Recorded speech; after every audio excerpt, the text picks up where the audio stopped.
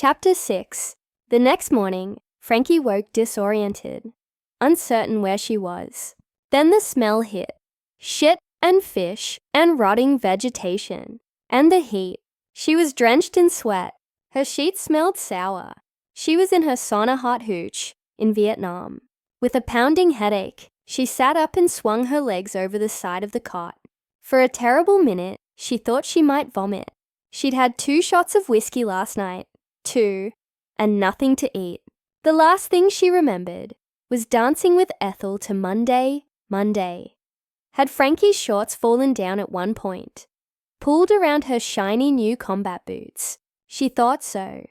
Thought she remembered someone saying, "Nice gams, Frank!" and Ethel laughing as Frankie struggled to pull the shorts back up. Oh God, way to make a good first impression.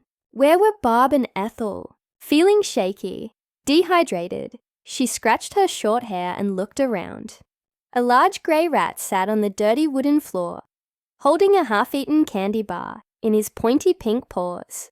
At her look, he stopped nibbling and stared back at Frankie through black, oil-drop eyes. Tomorrow morning, she'd throw something at him. Now she felt too weak to expend the effort. Frankie got out of bed, ignoring the rat, who was now ignoring her too, and dressed in her creased olive green fatigues, taking care to tuck her pants into her spit-shine new boots. The rat scurried across the wooden floor and disappeared behind the dresser. "Okay," Frankie said, standing in the small crowded space. "You can do this." She'd eat something and drink plenty of water and report for duty. She would drink water only from the Lister bag and take her malaria and diarrhea medications on time. Outside, she saw that the compound was a sprawling complex of buildings, all set on a mostly treeless patch of rich red earth. There were buildings and shacks and huts and tents. The Quonset huts that housed the wards looked like giant tin cans cut in half vertically and pressed into the dirt, with their entrances protected by sandbags. She followed the center aisle, which was flanked on either side by a long covered area and rows of buildings. She passed the men's quarters, the pharmacy, a small chapel, and the Red Cross station, the PX. In the center of the aisle, below a tall water tower, was a raised stage. Empty now, the mess hall ran perpendicular to the stage. She paused at the open door of the long wooden building. Inside, it was divided in half, one side for officers, one side for enlisted. She found a table set with bread, muffins, a vat of American peanut butter, and a tub of butter. She poured a cup of coffee and gulped it down, hoping it would quell her pounding headache. When she emptied the first cup, she put peanut butter on a piece of toast and downed it with 8 ounces of milk. She instantly felt sick and ran for the latrines, but made it only halfway there before she vomited at the side of the PX. When there was nothing left to vomit, she moved cautiously back onto the walkway, made her way to Major Wendy Goldstein's office. Inside, the chief nurse sat at a desk behind a mound of paperwork, dressed in faded, pressed fatigues. Frankie stepped inside the office and saluted. "Second Lieutenant McGrath, reporting as ordered," she said clearly. Major Goldstein looked up. Her face and hair were both pale and could have given the impression of fragility, but somehow the opposite felt true. "What time is it, Lieutenant McGrath?" Frankie glanced at the black wall clock, which was protected by a black wire cage. 0803 hours, Major Goldstein." The Major pursed her lips. "Oh, good. I was afraid you couldn't tell time. When you are told to report to me at 0800, I expect to see you precisely at 0800. Are we clear?" "Yes, Major," Frankie said. "I was sick." "Don't drink the water or you'll spend your whole tour either vomiting or crapping. Didn't someone tell you that? I think." She stopped mid-sentence, drew in a sharp breath. She cocked her head to the left, listening, then said, "Damn." Frankie heard the distant thwop, thwop, thwop of incoming helicopters. "Are we under attack? Not in the way you think." She closed a manila folder. "Let's see what you're made of, McGrath." I'll assign you tomorrow. Be here at 0800 sharp. For now, it's all hands on deck. Report to Lieutenant Flint in the ER. The emergency room. It's not a cocktail party invitation, McGrath. Move! Frankie was so confused. She forgot to salute. She couldn't even remember if she was supposed to salute. She turned and rushed out of the admin building, followed the covered walkway to the set of Quonset huts that made up the wards. Her new boots started to hurt her feet. At the helipad, marked by a red cross on a white circle on the ground, she saw 3 helicopters, each emblazoned with the Red Cross insignia, buzzing overhead. None had manned gunners at the doors, so these were the dust-offs she'd read about. Unarmed medevac helicopters that transported injured men off the field. 2 of them hovered as the third lowered. A medic and 2 nurses appeared almost instantly and began offloading men on litters. Moments after that chopper lifted up, another lowered onto the pad. More corpsmen showed up to offload the wounded. An ambulance drove up to pre-op.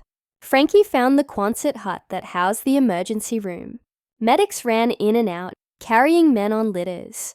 One lay screaming, his own severed leg on his chest. Another had no legs at all. Their uniforms were bloody. Some of their faces were still smoking from burns. The medics, or their friends, had put out. There were gaping chest wounds. One guy she could see had a broken rib sticking up.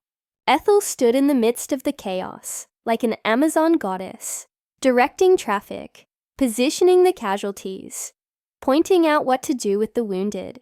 She seemed unaffected by the chaos. More men followed her commands. There were so many wounded that some had to be left outside, their litters set on sawhorses, waiting for space in the ER. Frankie was overwhelmed by the horror of it. The screaming, the smoke, the shouting. A medic saw Frankie standing there and shoved a boot into her arms. She stared down at it, saw that a foot was still inside. Frankie dropped the boot, stumbled just out of the way, and vomited. She was about to vomit a second time when she heard, "Frank McGrath." Ethel grabbed her by the arm. Frankie wanted to run. "I'm not trained for this. We need your help." Frankie shook her head. Ethel touched Frankie's chin, made her look up. "I know," she said, pushing her hair back with a bloody hand. "I know. In basic, they taught us how to wrap bandages and shave a man for an operation. I shouldn't be here. You can hold a man's head. You can do that." Frankie nodded numbly. Ethel took her by the hand and led her to the staging area in the ER. "This is triage," Ethel said. "We assess here. We decide who gets seen and when. We treat the ones we can save first. That screen over there in the back. We put the expectants there. Men who probably aren't going to make it. We see them last. We can treat 5 gut-shot wounds or amputations in the time it takes to handle 1 head injury. You understand? The walking wounded. Those men over there." She pointed to a group of soldiers who stood beside the screen with their fellow soldiers, talking, smoking, doing what they could to comfort the expectants. "They'll be seen when we have time." Ethel led Frankie to a soldier lying on a litter. He was drenched in blood and one arm was just gone. She looked quickly away. "Keep breathing, Frank," Ethel said calmly. "Hold his hand." Frankie positioned herself at the patient's side and forced herself to look down. At first, all she saw was the horror, the devastating amount of blood, the arm that had been severed at the elbow, revealing the white of bone and pink gristle and dripping blood. "Focus, Frankie." She closed her eyes for a second, exhaled, and then opened her eyes. She saw the soldier this time, a young black man wearing a dirty green bandana who looked barely old enough to shave. Very carefully, she took hold of his hand. "Hey, ma'am," he said in a slurred voice. "Have you seen my buddy Steve-O? We were together." Ethel snipped the uniform off of the young man, revealing a massive abdominal wound. Ethel looked up. Her eyes were tired. "Expectant," she yelled out. 2 medics appeared, and picked up the litter and carried it to the staging area behind the screen. Frankie looked up at Ethel. He's going to die. Probably. Was this what Frankie had joined the army for? To watch young men die? We will save plenty of lives today, Frank, but not all of them. Never all of them. He shouldn't die alone. No, Ethel said, and gave her a tired smile. Go, Frank. Be his sister, his wife, his mother. But just hold his hand. Sometimes that's all we can do. And then come back here when he was dead. That was what Ethel meant. Frankie felt as if a giant weight was suddenly pressing down on her as she stepped around the screen. The soldier, Kid, was off by himself. She saw that he was crying. She approached him carefully, looked down, saw his name and rank. Private Fournette, she said. It seemed to get quiet suddenly. She couldn't hear the screaming of the helicopters coming and going, or the nurses yelling at one another. All she could hear was this man's labored, bubbly breathing. She kept her gaze averted from the horrible gaping wound that showed his glossy intestines and dripping blood. She moved in close, reached down, took hold of his cold hand. Private Fournette, she said again. I'm Frankie McGrath. He blinked slowly. Tears slid down his face, mixing with dirt and blood. Have you seen Stavo? Private Grant. It was my job to keep him safe. He just got in country 2 days ago. His mama and mine work at the same salon. In Baton Rouge. I saw him, Frankie said, finding it hard to speak past the lump in her throat. He's fine. He was asking about you. Private Fournette smiled, a little sloppily. My something hurts, ma'am. I figured that shot is wearing off. Man, I surely could use a cold beer. He started to shake. His hand and hers went limp, grew colder. Ma'am, he said. Yes. It was a long time before he spoke. A shivering silence. I wish I'd have told. He wheezed hard. Blood bubbled up from his mouth. Loved her. You'll tell her after surgery, Frankie said. Right after they fix you up. I'll help you write a letter. He paused, shuddered, and closed his eyes. His hold on her hand loosened. 1 minute he was there, holding her hand, whispering his regret. And the next moment, he was gone. Mass casualty. That was what they called tonight. Or actually Mascal. Apparently, since the recent influx of troops, it was beginning to happen so often that they didn't have time to call it by its full name. Frankie stood in the back corner of the Quonset hut that housed the ER. After 9 hours on duty, she was beyond exhausted and her feet burned with blisters. But it wasn't the ache in her bones and muscles and feet that mattered. It was shame. How on earth had she thought she belonged here? That she had something to offer men who were grievously wounded. She'd been as much help as a candy striper. Tonight, she'd held scissors in hands that never quite stopped shaking and cut off t-shirts and flak jackets and pants, revealing wounds that she couldn't have imagined before today. She still heard patients' screams inside her head, even though the ward had emptied a while ago. Casualties, she reminded herself. Back in the world, they were patients. Here, they were casualties. The army was full of terms, like back in the world. That was how everyone referred to the life that they'd left behind. Frankie sighed heavily, heard footsteps, and knew it was Ethel, coming to check up on her. Well, that was an ass kicker, Ethel said, lighting up a cigarette. And no, not every day is like this, thank God. In her mind, Frankie nodded. She was pretty sure that in fact, she just stood there, staring at nothing. Ethel put an arm around her. How are you, Frank? Useless, was all she could say. No one is ever ready for this. The worst part is that you'll get used to it. Come on! Ethel kept her hold on Frankie, led her through the camp. Frankie felt every one of the new blisters on her feet. Outside, the night air smelled heavy, like blood on metal. There was no moon to light the way. In the mess, she saw a few men sitting in the enlisted section, drinking coffee, and as they approached the O Club, she smelled smoke wafting through the beaded curtain. Music followed the smoke, infused it with memories of home. I want to hold your and... In the distance, she heard the whoosh of waves rolling in and out. The sound called to her like a siren song, reinflated her youth. Nights on bicycles with Finley, riding free, their arms outstretched. Stars overhead, Finley. She'd felt his ghost beside her all night, seen his eyes in the face of every soldier whose hand she'd held. She pulled away from Ethel and walked alongside a coil of concertina wire, a barrier of razor-sharp spikes. In front of her, the sea. It was a glow of silver, a sense of movement, and the comforting familiarity of it, the salty tang in the air, called out to her, reminded her of home. On the beach, she sat down in the sand and closed her eyes. She felt the salt, tasted it.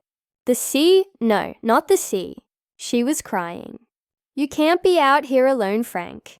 Not all soldiers are gentlemen. Ethel sat down beside her. I'll add that to my list of mistakes. Yeah, you gotta be careful. Over here, the men lie and they die. Frankie had no idea what to say to that. So, which is it? Ethel finally said. Frankie wiped her eyes and looked sideways. What? Are you out here grieving the boys we lost, or your own piss-poor set of nursing skills? Both. That means you've got what it takes, Frank. We all went through it. Nurses back in the world are second-class citizens. And, big surprise, they're mostly women. Men keep us in boxes, make us wear starched virgin white, and tell us that docs are gods. And the worst part is, we believe them. Doctors aren't gods here. Of course they are. Just ask them. Ethel pulled a pack of cigarettes out of her pocket, tapped one out, offered it. Frankie took the cigarette. She didn't smoke. Never had. But just now it gave her something to do with her unsteady hands, and blocked out the smell of blood. Why did you join the army? Ethel asked. It doesn't matter anymore. It was a stupid, childish thing to do. She turned to Ethel. Why did you join? We all have a long story and a short story answer to that, I guess. Long story. After I got my nursing degree, I decided I wanted to follow in my dad's footsteps and become a veterinarian. I was headed that way when the man I loved shipped out. Short story, I followed him. Her voice softened. His name was George. He had a laugh that fixed everything. And he died. And you? My brother died over here too. And I wanted to make a difference. Frankie stopped, hearing the naivete in her words. Yeah, that's why I re-upped for a second tour. We all want that, Frank. Back in the world, when Frankie had told her friends that she'd hoped to make a difference over here, hoped to make her family proud, they'd rolled their eyes and acted impatient with patriotism. But out here, sitting beside this woman she barely knew, Frankie remembered the pride she'd felt on joining the army. I'm sorry about your guy, Frankie said. George! He was a real looker, my Georgie, Ethel said with a sigh. And for a while, I hated that I'd followed him here and lost him anyway. But I stuck it out, and now I'm glad I stayed. That's what I've learned, Frank. I am better and stronger than I ever thought. And when I go back to my daddy's farm in Virginia and get back into vet school, I know there's nothing that can stop me. I want it all, Frank. A husband, a kid, a career. A big old life that ends when I can barely get out of my rocker, with kids and animals and friends all around me. You'll find out what you want over here too. I promise. Thanks, Ethel. Now, enough seaside weeping. Do you drink, Frank? Frankie didn't know how to answer that. She'd gone to fraternity mixers in college, and she'd had a few beers, and she'd had 2 shots of whiskey on her first night in Vietnam. But really, she was a good girl who followed the rules. She'd turned 21 in December. The age drinking was legal in California. But with Finley's death and the terrible holidays last year, she hadn't celebrated her birthday. I have. There's plenty of it over here, Ethel said. Watch out. Take care of yourself. That's my advice. I don't drink, but I don't judge either. Over here, it's live and let live. Whatever gets you through the night. She got to her feet, put a hand down for Frankie. Get up, Lieutenant, brush yourself off, and let's clean up and fill our bellies, and then head to the O Club to blow off some steam. You just survived your first Mezcal in Numb. Frankie had never seen any human eat as fast as Ethel did. It was like watching a hyena gulp down a kill as predators closed in. Finally, Ethel pushed her empty plate aside and said, I feel like dancing. You? Frankie looked down at her barely eaten Salisbury steak, covered in brown gravy, and the overcooked green beans. Why had she taken so many mashed potatoes? Dance? How could she dance? Her stomach kept roiling and cramping. She couldn't shake the horror of what she'd witnessed tonight, nor could she accept her ineptitude. She was nauseated and ashamed. She pushed her chair back and stood up. The mess hall was full of soldiers in bloody fatigues. She was surprised at how loudly they talked and how often they laughed. Frankie wondered how anyone who'd lived through a mass call could get over it so quickly. She followed Ethel out of the mess. As they walked past the empty stage, Ethel told a story about the Christmas show at Deanne, when Bob Hope had entertained the troops. I sent a picture of me and Bob Hope home to my dad. He said he hung it up on the bulletin board in the barn. Told everyone that his girl was saving lives.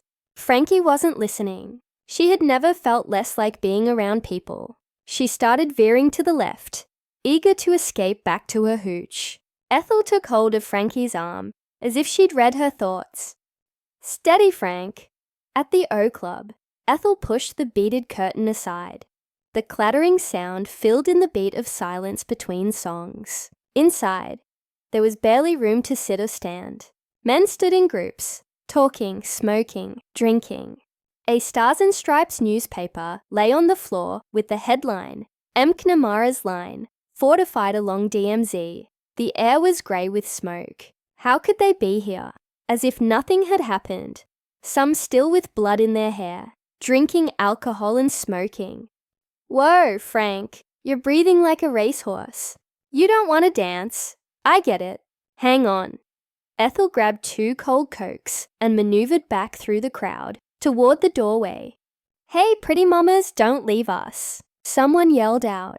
Was it something we said? I'll put my pants back on. Come back! The 2 women walked past the latrines and the empty shower stalls and came to the row of hooches. Opening the door, Ethel pretty much pushed Frankie up the steps from the wood-slatted walkway and into the dank, dark, foul-smelling hooch. She turned on the light and took Frankie by the shoulders and forced her to sit on her cot. I smell like blood, Frankie said, and you look like hell. It's a groovy combination. I should shower. Ethel handed Frankie a Coca-Cola, and they sat down on Frankie's cot, side by side, shoulder to shoulder. Frankie looked up at the horse and barn pictures tacked above Ethel's cot and felt a pang of grief. My brother and I rode horses a few times. I loved it. I got my first horse when I was 4. Chester the Chestnut. Ethel said, Mom used to saddle him and set me on his back in garden. I still have that dream of us sometimes. She's gone. Breast cancer. Please don't say you're sorry. I know it's true. How old are you, Frank? 21. Ethel shook her head, made a whistling sound. 21. Hell, I barely remember that age anymore. I'm 25. Wow, Frankie said. You thought I was older, right? We age in dog years over here, Frank, and it's my second tour. By the time I leave, I'll have chin hairs and need bifocals. You watch. Ethel lit up a cigarette. The grey smoke wreathed them, made Frankie suddenly homesick for her mother. She found herself softening just a little. Where's Barb? A kid from her hometown was brought in tonight with the crispy critters. Not good. She's sitting with him, I bet. Crispy critters. Burn victims. I know. We shouldn't call them that. You'll learn fast, Frank. We laugh so we don't cry. Frankie could hardly grasp such a thing. I don't think Barb likes me, Frankie said. Can't say I blame her. It's not you, Frank. Barb has had a tough road. Why? Ethel gave her a look. You have noticed the color of Barb's skin. I take it? Frankie felt her cheeks burn. There had been no black girls at St. Bernadette's, no black families at St. Michael's Church or on Ocean Boulevard, none in her sorority or her nursing program. Why was that? Of course, but nothing, Frank. Let's just say Bob is sick and tired, and leave it at that. She's also one of the best surgical nurses you'll ever meet. Ethel put an arm around Frankie. Look, Frank, I know how you feel right now. We all do. We've been there. You're thinking you screwed up by signing up for NUM, thinking you don't belong. But let me tell you, kid, it doesn't matter where you're from or how you grew up or what God you believe in. If you're here, you're among friends. We've got you. Frankie lay on her cot, her hair still damp from a lukewarm shower, and stared up at the ceiling. Hours had passed this way. She couldn't sleep. Her feet throbbed with the pain of new blisters.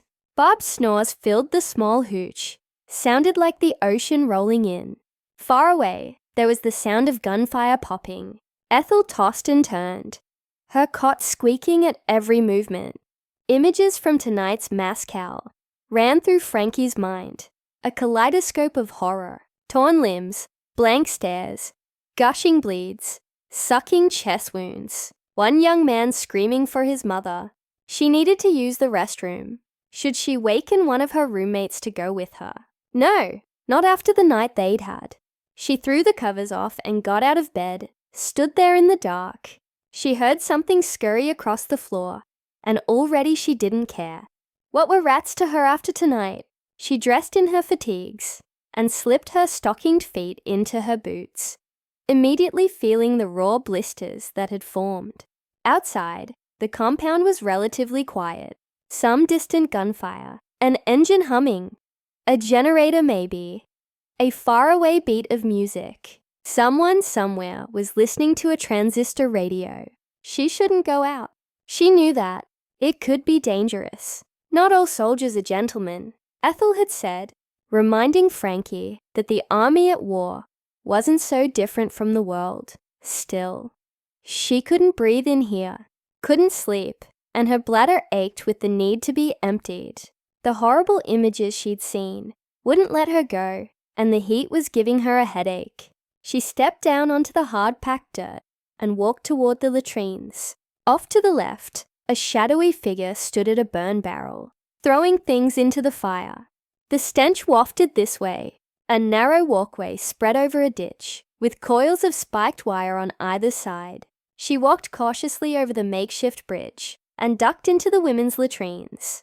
When she exited the building, she smelled cigarette smoke and stopped. A lone orange-gold light shone down from a post overhead, revealing a man standing not far away, smoking. She turned away quickly, stepped on something that cracked. He turned. The chest cutter? Jamie. In the ghoulish light, his handsome face looked drawn, even as he tried to smile at her. "I'm sorry. You want to be alone?" she said. "I'll go." "Don't," he said. "Please." Frankie bit her lip, remembered Ethel's warning about men. This was a lonely place, hidden. She glanced back toward the relative safety of her hooch. "You're safe with me, McGrath." He held out a hand. She saw that it was shaking. "Hell of a thing for a surgeon's hand to shake," he said. Frankie moved toward him but remained out of reach. "You caught me on a bad night," he said. Frankie didn't know how to respond. "A friend from high school came through today. We played football together," he said. "Save me, JC." His voice broke. "I haven't been JC in a long time, and I couldn't save him." Frankie could have said the kind of thing she'd heard at Finley's funeral, the empty, shiny words of a stranger. Instead, she said, "You were with him when he died. You can tell his family that he wasn't alone. That will mean a lot to them. I know, believe me. My brother died over here, and all we got back was another man's boots." Jamie looked at her for a long time, as if her words had surprised him. Then he tossed down his cigarette, ground it out with his heel. "Come on, McGrath. It's late. I'll walk you back to your hooch." He moved toward her. She fell into step beside him. On the makeshift bridge, he let her go first, and at the closed door of her hooch, he stopped. "Thanks," he said. "For what?" "Just being here, I guess. Sometimes it doesn't take much to save a man in Nam." On that, he gave her a false, fleeting smile and walked away. Chapter 7. The next morning, when Frankie woke up, she was alone in the hooch. She dressed quickly and presented herself at admin. At precisely 800, she saluted. "Lieutenant McGrath, Major. I heard you were as much help in the ER as a tiara," the Major said, and opened a manila folder. A nursing degree from some small Catholic women's college, and almost no clinical experience. "And you're young." She peered at Frankie through black horn-rimmed glasses. "What on earth brought you here, Lieutenant?" "My brother—" "Never mind. I don't care. But I hope to God you aren't here to say hi to a brother." Major Goldstein pushed her glasses higher up on her nose. "The Navy and Air Force won't even let a girl like you in Nam. They require training." She closed the folder, sighed. "Anyway, you're here. Unready, unprepared, but here. I'm assigning you to neuro, night shift. How much damage can you do there?" "I'll do my best." Welcome to the 36th Evac Hospital, McGrath. Be the best version of yourself.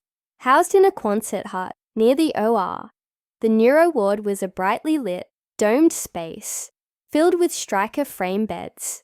Frankie had never seen the specialized beds before, but she'd learned about them in school and in basic training.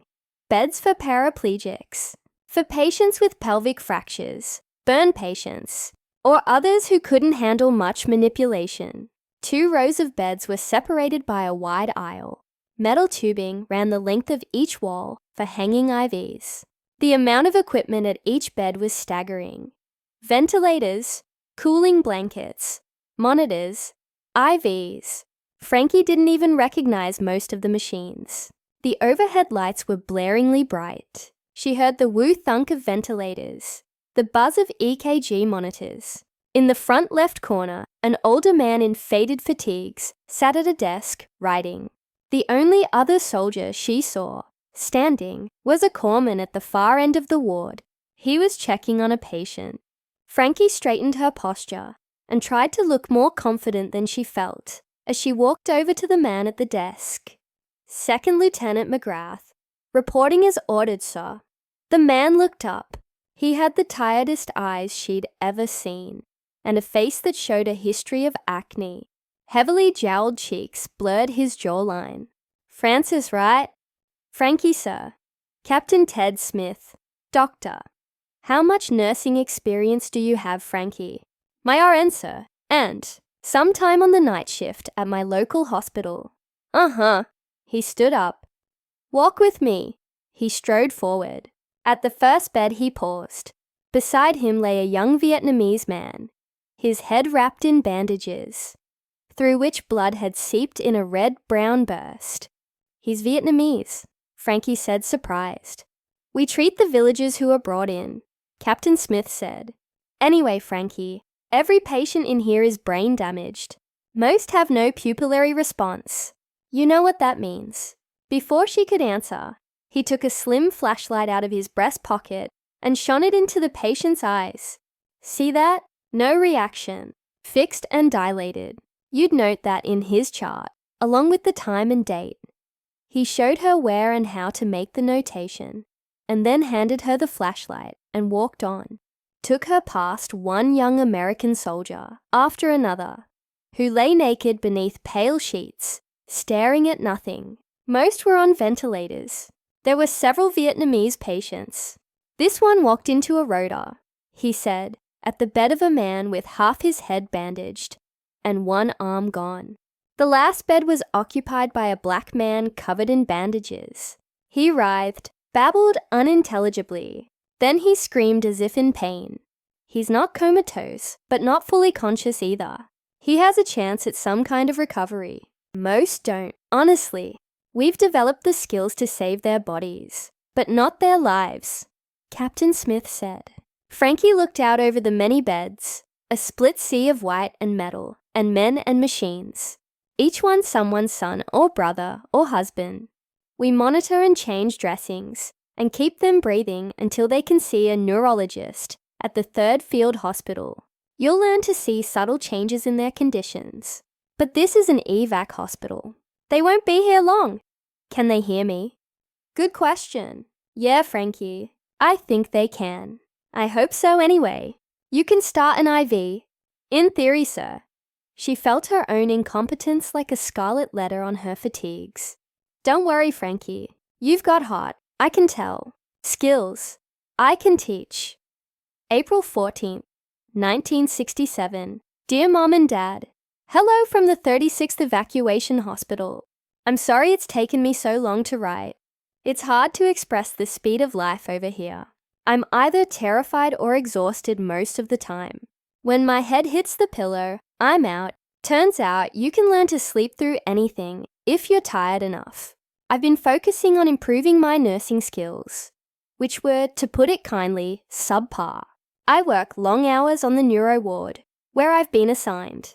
I'm learning so much. I spend my shift shining bright lights into my patients' eyes, marking down any pupil dilation, or lack thereof, changing surgical dressings, suctioning wounds, monitoring ventilators, changing IVs, turning paralyzed patients every few hours, pinching or poking places on the bodies to see if they can feel pain.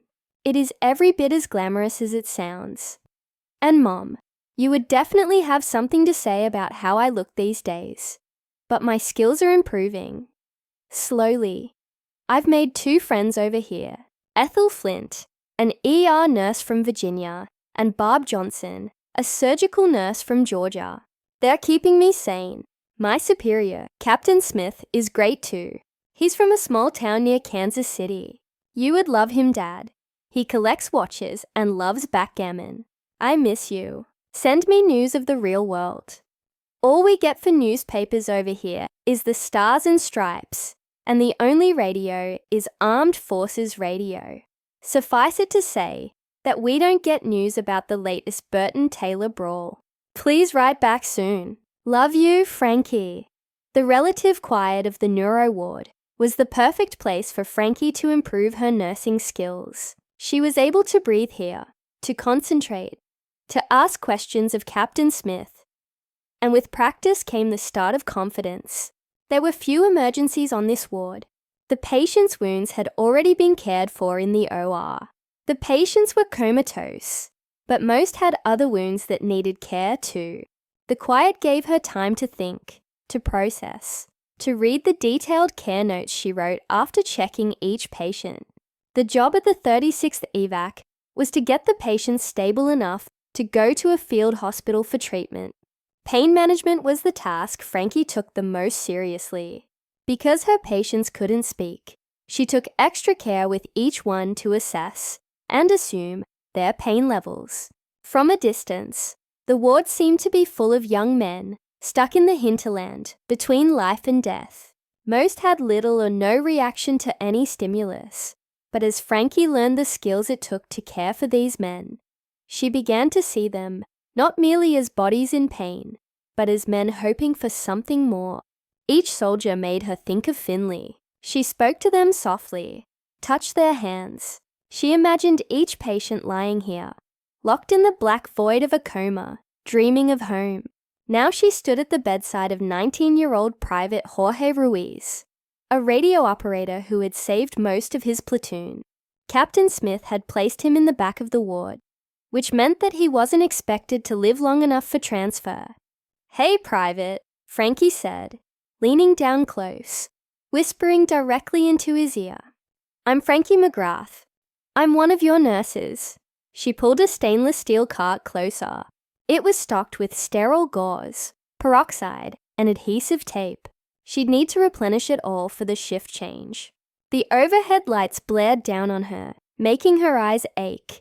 She reached gently for his leg, wondering if he had any sensation of being touched, as she unwrapped the blood-stained gauze.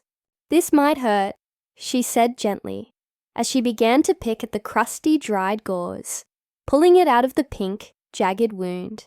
She wished she could dampen the gauze to make it free easier. But this way the wound bled, and bleeding was good. Beneath the gauze, she looked for blackened bits of tissue or green pockets of pus. She leaned forward to smell the wound. All normal, no infection. Looking good, Private Ruiz. A lot of the boys in this room would be envious of a healing like that, she said, as she re-bandaged the wound. Beside her, the ventilator rose and fell, whooshed and thunked, inflating and deflating his sunken chest. A commotion at the doors interrupted the quiet. 2 bloodied soldiers, in dirty, ripped fatigues, walked into the ward, shoulder to shoulder. "Ma'am," one of them said, stepping close to Private Ruiz. "How is he?" "He's in a coma," she said. "Will he wake up?" "I don't know." The other soldier stepped in beside his friend. "He saved our lives. He wanted to go home and be a fireman. Some shit-ass border town in West Texas. I told him he'd never pass the test." He looked at Frankie. "I gotta tell him I was just yanking his chain." "He's hanging on," she said. It was all the hope she could offer. And it was true. With life, there had to be hope. "Thank you, ma'am, for taking care of him. Could we take a picture of you with him? For his mama." "Of course," she said quietly, thinking how much a picture of Finley would have meant to her family. She moved closer to the young man, held his limp hand in hers. The soldier snapped the shot. "He's lucky to have friends like you," Frankie said. "Tell his mother he wasn't alone." The soldiers nodded solemnly. One of them took a pin off of his pocket, an insignia of some kind, and handed it to Frankie. "Thanks, ma'am." He stared at Ruiz for a moment longer, then left. Frankie pocketed the pin and looked down at her patient. "You have some good buddies," she said, replenishing his IV. By the end of her long night shift, it was all she could do to stand upright. With barely a glance at Debbie John, the nurse who'd come in to replace her, Frankie stumbled out of the ward. It was early in the morning, and already the sun beat down on her. She bypassed the mess hall, not hungry, and the O Club, no desire to party, and headed to her hooch. She could tell by the sound of small arms fire and helicopters in the distance that there would be patients incoming soon. She'd better sleep while she could. Thankfully, the hooch was empty. Bob and Ethel worked days mostly. For weeks, she'd barely seen her roommates. Grateful for the relative quiet, Frankie untied her boots, put them in her locker, and lay down on her cot. She was asleep in minutes. "Rise and shine, princess." "Go away, Ethel. I'm sleeping." Frankie rolled onto her side. "Nope.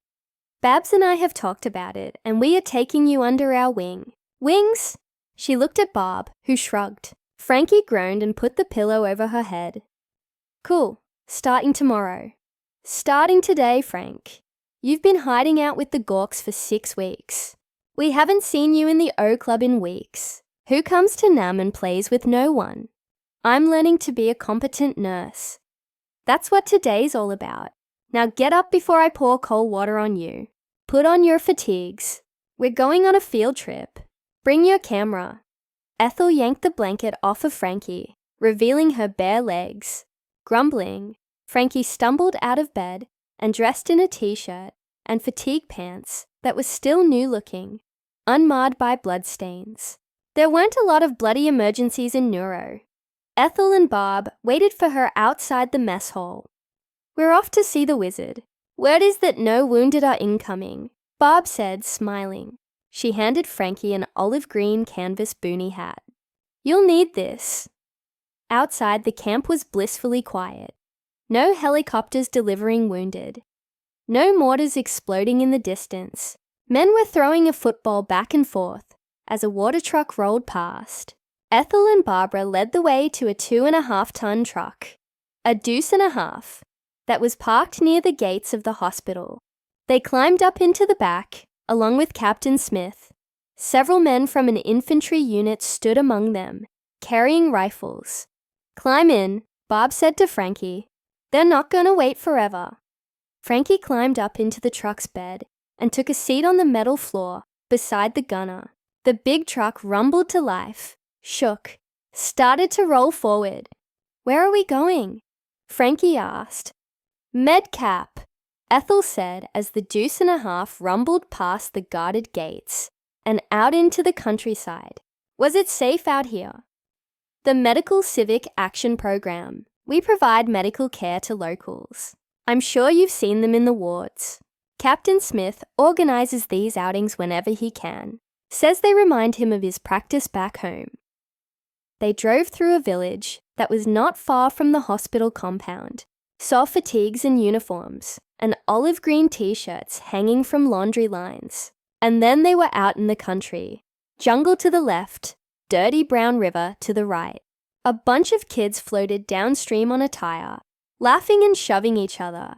Frankie used her Polaroid and snapped a photograph of a young boy herding a black water buffalo along the water, and one of an old woman dressed traditionally in a long, split tunic over slim pants, which Frankie had learned was called an aodai, carrying a woven basket full of fruit.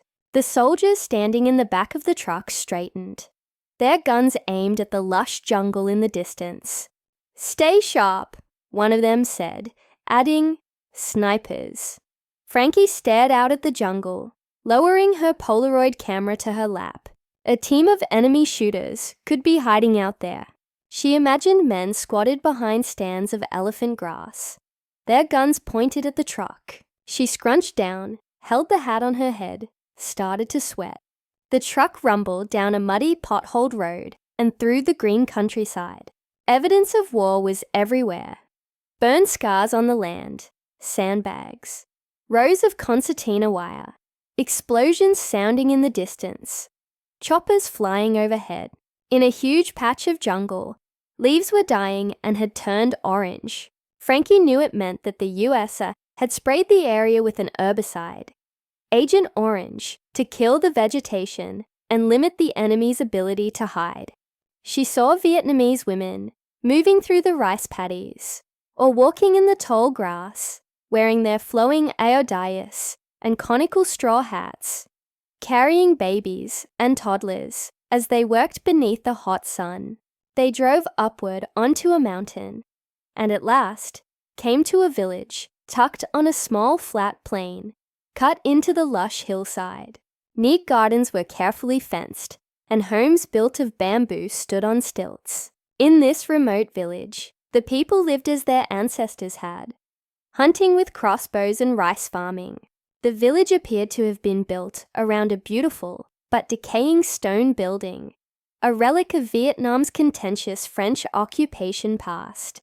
The villagers, mostly small, hunched over old men and women with thin necks and narrow wrists, their teeth blackened by constant chewing of betel seeds, came out from their huts to stand in front of the juice and a half in a straight line, their hands clasped, their heads bowed respectfully.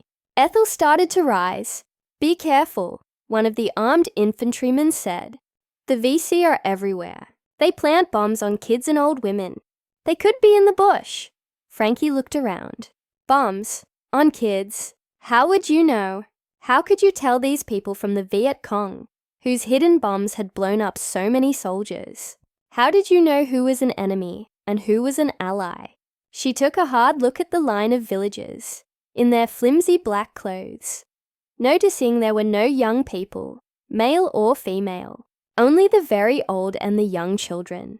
Were their swords hidden in sleeves, guns tucked in waistbands? "Come on, guys," Bob said. "No use worrying. Let's get to work," Captain Smith said. The medical team jumped down from the truck. Frankie was the last to step down into the red dirt. How are you supposed to protect yourself from invisible enemies? Captain Smith moved in close, patted her arm. "You're a good nurse, Frankie. Go show them." She nodded as he walked toward an elderly man who was no taller than a 10-year-old American boy with dark skin and black teeth. He smiled at the medical team. Deep lines crinkled his face. He drew them toward him with a crooked finger, then turned and led them up into the broken-down French villa. The stone walls were riddled with bullet holes. In several rooms the walls had crumbled. Woven grass-like mats lay on the floor. A fire glowed in a large fireplace. In it, a black pot bubbled and popped, sending a rich scent of spices into the dank room. The old man picked up a large earthenware jug and held it up to Captain Smith. He said something that sounded like, "Baxi, come on," in a rickety voice. He took a long drink and handed the jug to the doctor. He wasn't going to drink it, was he? What was it? "It means thank you, doctors, I think," Barb said. She was the second to take the jug after the doctor and drank deeply, then handed the jug to Frankie, who took it slowly. She eyed the crockery lip and slowly lifted it to her mouth. She took a small sip, surprised to find that it tasted sweet and sharp, a kind of wine. The old man smiled at her, nodding, said something in his language. Frankie smiled back uncertainly, took another sip. After the welcoming ritual, the team set up stations to help the villagers. Everything was communicated by hand signals. None of the villagers spoke a word of English. The medical team set up a makeshift clinic with a portable exam table in a bare hut with a thatched roof. Another table was set up outside with a tub full of soapy water for scrubbing lice out of children's hair and washing sores on their skin. Flies landed on everything, on hair, on lips, on hands. The driver of the truck handed out candy to the children, who gathered around him, clamoring for more. For the next several hours, Frankie administered to the villagers in the living area of the old villa. The villagers, young and old, waited patiently to be seen for a variety of ailments. Frankie dispensed worming pills, antacids, aspirin, laxatives, and malaria tablets. She checked teeth and looked in ear canals and listened to heartbeats. She was nearly at the end of her line of villagers when a small boy, not more than 5, sneaked in to stand beside her. He wore a short-sleeved shirt and shorts and had dirty feet and unevenly cut black hair that he'd plastered back from his face with red mud. He didn't speak or tug on her sleeve. Neither did he leave her side. "What do you need, little one?" she asked, when the last in her line of patients had been treated. He smiled up at her in a way that melted her heart. She lifted him up into her arms. He wrapped his arms and legs around her and gazed at her questioningly, said something in his language. "I don't..." The boy slipped out of her arms and took hold of her hand, pulling at her. He wanted her to follow. Frankie glanced back. No one was watching her. Outside, Ethel was giving out shots, and Barb was cleaning an old woman's machete wound. Frankie hesitated. She'd been warned to be careful. The VC could be hiding anywhere. The boy tugged harder. He looked so innocent, so young. Not someone to fear. "Okay," she said. He led her down a cracked stone hallway, through which vines crawled between the crumbling stone tiles and spread out, tentacle-like, across the mold-blackened floor. At a closed wooden door that hung half off its hinges, he paused, looked up at her, and asked a question in his language. She nodded. He opened the door. Frankie smelled something rotten and foul.